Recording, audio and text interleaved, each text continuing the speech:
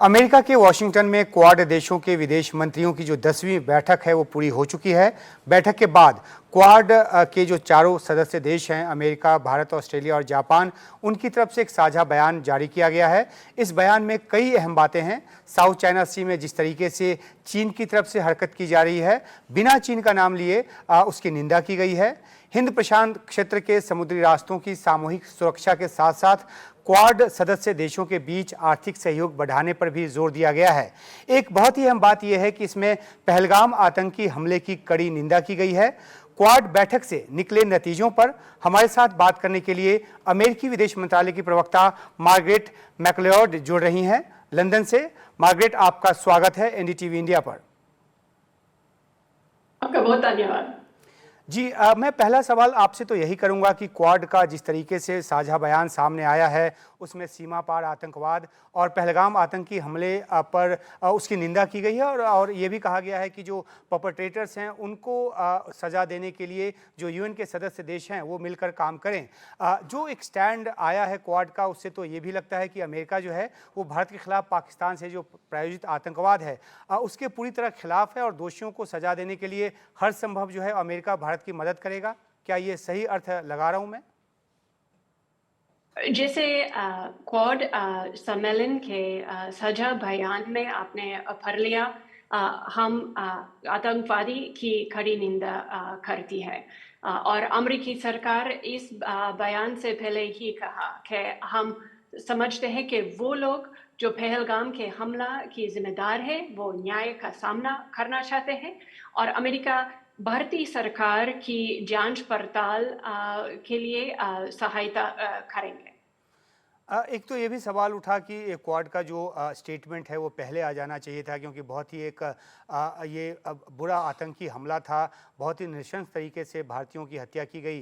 भारत साफ कहता रहा है कि पहलगाम आतंकी हमला जो है उसका जो मास्टरमाइंड है वो पाकिस्तानी सेना प्रमुख आसिम मुनीर हैं और उस आसिम मुनीर को अमेरिकी राष्ट्रपति ट्रंप के साथ जो है लंच का मौका मिलता है और अब जो मुनीर हैं वो सीधे तौर पर जो पाकिस्तान प्रायोजित आतंकवाद है कश्मीर में उसको आज़ादी की लड़ाई बता रहे हैं, यानी कि उनका कॉन्फिडेंस जो है वो लगता है बढ़ गया है। तो क्वाड के बयान में पहलगाम हमले की मजम्मत तो ठीक है, लेकिन क्या आपको लगता नहीं कि अमेरिका को पाकिस्तानी सेना प्रमुख के खिलाफ सख्त संदेश देना चाहिए? तो देखिए, इस बात के बारे में कोई शक नहीं होना चाहिए कि अमेरिका आतंकवादी के विरोध करते हैं और हम पहलगाम के हमला की कड़ी निंदा करती हैं। जहां तक आसिम मुनीर के साथ बैठक जो है, हमने देखा कि राष्ट्रपति ट्रंप हालिया महीनों में काफ़ी गैर पारंपरिक अप्रोच है और वो काफ़ी लोगों के साथ बात करना चाहते हैं जो पुराने बाइडेन प्रशासन बात नहीं करते थे।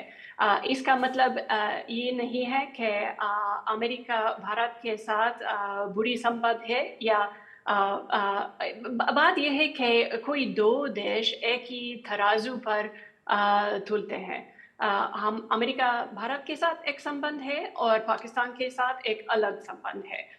हमारी उम्मीद है कि दोनों देशों के साथ हमारी ताल्लुकात अच्छे हो और हम समझते हैं कि वो संघर्ष जो भारत और पाकिस्तान के बीच में हुआ वो दोनों बराह रास्त द्विपक्षीय तरीके से हल हो जाए। जी देखिए, आपने सही कहा कि अमेरिका का पाकिस्तान से एक अलग संबंध है, वो रहना भी चाहिए, उस पर किसी को आपत्ति नहीं होनी चाहिए। लेकिन बात जब आतंकी हमले की होती है और जिस तरीके से आसिम मुनीर जो हैं सार्वजनिक तौर पे इस बात को इंडोर्स कर रहे हैं कि जो हमला कश्मीर में हो रहा है उसको आतंकी हमला की बजाय वो आज़ादी की लड़ाई कह रहे हैं, तो ऐसे में अमेरिका को एक लाइन तो ड्रॉ करना होगा ना। अमेरिका को ये संदेशा पाकिस्तान और ख़ासतौर पर पाकिस्तानी सेना प्रमुख को देना तो होगा कि इस तरीके से वो हिंसा को, इस तरह से आतंकवाद को खुले तौर पर बढ़ावा नहीं दे सकते।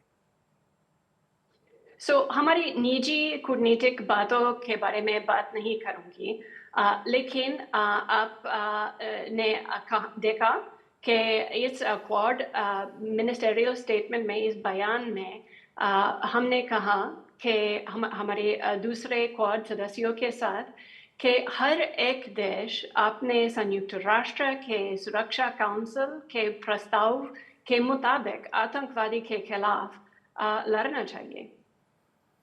जी, अच्छा, अगर हम क्वाड की ही बात करें एक बार फिर से, तो जो चीन है, वो इस ग्रुपिंग को अपने खिलाफ मानता है। वो साउथ चाइना सी में अपना दबदबा जो है, अपनी मनमर्जी जो है वो चाहता है।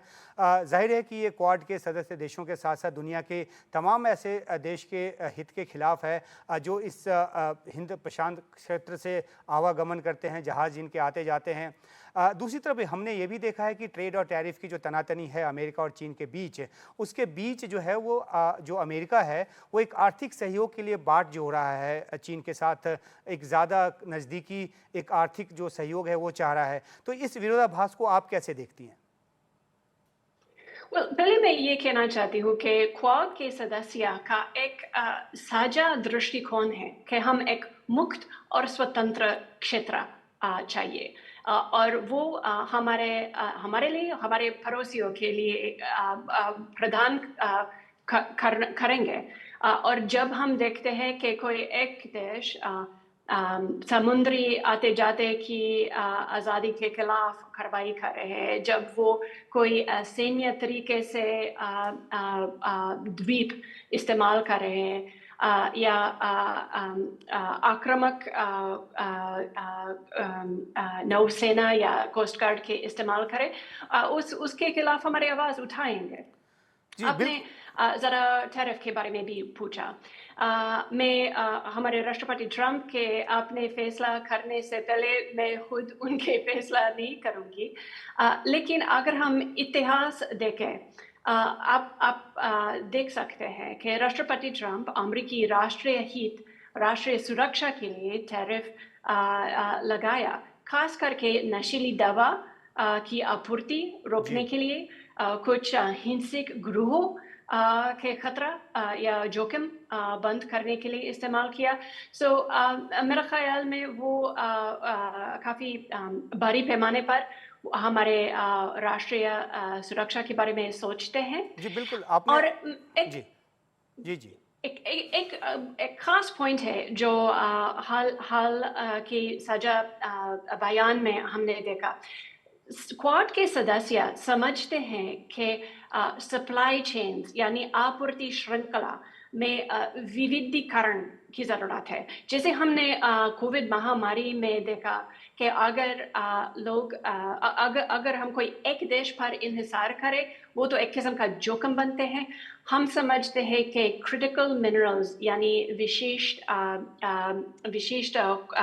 खनिज के लिए हम अलग-अलग देशों से इसी उद्योग में निवेश करना चाहिए, ताकि कोई एक देश पर इंहिसार ना हो जाए। जी, आपने बिल्कुल सही कहा कि अमेरिका जो है अपने राष्ट्रीय हित का ख्याल रखेगा, उसी तरह जैसे भारत या ऑस्ट्रेलिया या जापान अपने राष्ट्रीय हित का ख्याल रखते हैं। लेकिन सवाल ये होता है कि जब दो इस तरह के मामले हों जिसमें कि जो अमेरिका है वो बैलेंसिंग एक्ट करता नज़र आता है चीन के साथ ही, कि एक तरफ अच्छा आर्थिक संबंध चाहिए, दूसरी तरफ सामरिक तौर पर अगर उसके साथ तनाज़ा है या उससे खतरा है, तो उसके खिलाफ जो है वो क्वाड जैसे ग्रुपिंग के ज़रिए उसको कंट्रोल करना चाहता है। तो मैं इस विरोधाभास की बात कर रहा था कि ये कॉन्ट्राडिक्शन जो है वो उसको किस तरह से आप देखती हैं? जब हम हमारे राष्ट्रीय हित के बारे में सोच रहे हैं, हम जोखिम और अवसर दोनों सोचना पड़ेगा। और हर एक फैसला के लिए हम वो अच्छे पॉइंट्स और बुरे पॉइंट्स दोनों सोच समझ कर फैसला करते हैं। अच्छी बात यह है कि क्वाड के सदस्यों में हमारे अपने आप के राष्ट्रीय हित में बहुत कॉमन पॉइंट्स है, जिसकी वजह से जैसे आपने देखा ये साझा बयान में हमारे सहयोग करने वाले क्षेत्र बहुत ज़्यादा है। जी, आपने इसमें इसमें जो है आसियान के साथ भी कोऑपरेट करने की बात की गई है, उनके साथ भी सहयोग बढ़ाने की बात की गई है। चलते-चलते एक आखिरी सवाल आपसे कि राष्ट्रपति ट्रंप जो हैं वो हमेशा अपनी बात मनवाने के लिए टैरिफ को एक टूल के तौर पे इस्तेमाल करते नज़र आते हैं। उनको दुनिया में जहाँ कुछ ऐसा होता नज़र आता है, वो कहते हैं कि टैरिफ लगा दूँगा अगर ये बात नहीं मानी या इस तरीके से समस्या का समाधान नहीं निकाला तो। अगर अगर उनके इसी तरह की बात को देखें, तो जो चीन जिस तरीके से साउथ चाइना सी में अपनी हरकत हरकतों से बाज नहीं आ रहा, वहाँ से गुजरने वाले जो जहाज़ हैं, चाहे वो फिलीपींस के हों या किसी और देश के हों, उस पर वो वाटर कैनन का इस्तेमाल करता है। तो उसकी ऐसी हरकतों को रोकने के लिए क्या आपको लगता है कि राष्ट्रपति ट्रंप को ये चाहिए कि वो चीन को एक टैरिफ की धमकी दें कि उस पर 200, 300, 400% टैरिफ लगा देंगे अगर वो इस तरह की हरकतों से बाज नहीं आता तो? अभी चीन के साथ हमारे व्यापार के बारे में बातचीत हो रही है और जब तक वो समझौता का ऐलान नहीं हो जाए, मैं तफसील में बात नहीं करूँगी। लेकिन मैं ये कह सकती हूँ कि क्वाड के सदस्य एक मुक्त और स्वतंत्र हिंद प्रशांत क्षेत्र देखना चाहते हैं, और जब भी हम देखते हैं कि वाटर कैनन की गैर इस्तेमाल हो रहा है या जहाज़ गुज़रने पर नाजायज़ रुकावट लगा रहे हैं, हम हमारी आवाज़ उठाएँगे।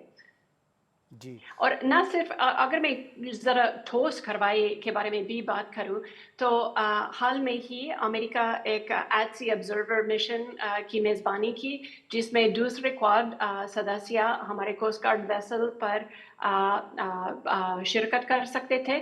और हाल में ही अमेरिकी प्रदेश हवाई में एक टेबल टॉप एक्सरसाइज था हमारे लॉजिस्टिक्स नेटवर्क में, ताकि क्वाड के सदस्य एक दूसरे के एयरलिफ्टिंग क्षमता के बारे में और सीख सकते हैं, और इस आने वाले महीनों में इसका फील्ड एक्सरसाइज भी हो जाएगा। जी, एक और सवाल मेरे ज़हन में आ गया इसके पहले कि आपको मैं विदा करूं। क्वाड समिट जो है इस बार भारत में होना है, जिसमें कि राष्ट्रपति ट्रंप को भी यहाँ पर आना है, उनका इंतज़ार यहाँ पर किया जा रहा है। और एक जो ट्रेड जो डील है भारत और अमेरिका के बीच, वो भी 9 जुलाई को एक समय सीमा जो थी 90 दिनों की ख़त्म हो रही है। क्या आपको लगता है कि ये ट्रेड डील 9 जुलाई के पहले उसका ऐलान संभव है? और दूसरा ये कि राष्ट्रपति ट्रंप जो हैं उनका आना सुनिश्चित है क्वाड समिट के लिए भारत में जो होने जा रहा है? हमारी उम्मीद है कि एक अच्छा समझौता मिल पाएगा भारत के साथ व्यापार के लिए। हमारे राष्ट्रपति ट्रंप और सेक्रेटरी बेसांत दोनों काफ़ी ऑप्टिमिस्टिक बात कर रहे हैं। जैसे राष्ट्रपति ट्रंप ने कहा, वो वैसे व्यापार बढ़ाना चाहते हैं जो अमेरिका के लिए मुनसिफाना और न्यायाचिक और संतुलित है। हमारी उम्मीद है कि एक दूसरे के नुक्ते नज़र सोच समझ कर वैसे समझौता मिलेंगे। जी। और दूसरा सवाल था राष्ट्रपति ट्रंप, उनका यहाँ इंतज़ार है क्वाड समिट के लिए।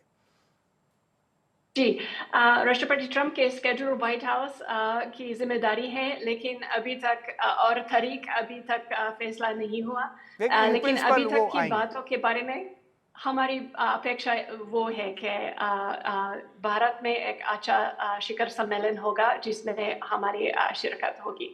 जी, बहुत शुक्रिया एनडीटीवी इंडिया से बात करने के लिए। आपसे अलग अलग मुद्दों पर आगे भी बातचीत हम करते रहेंगे।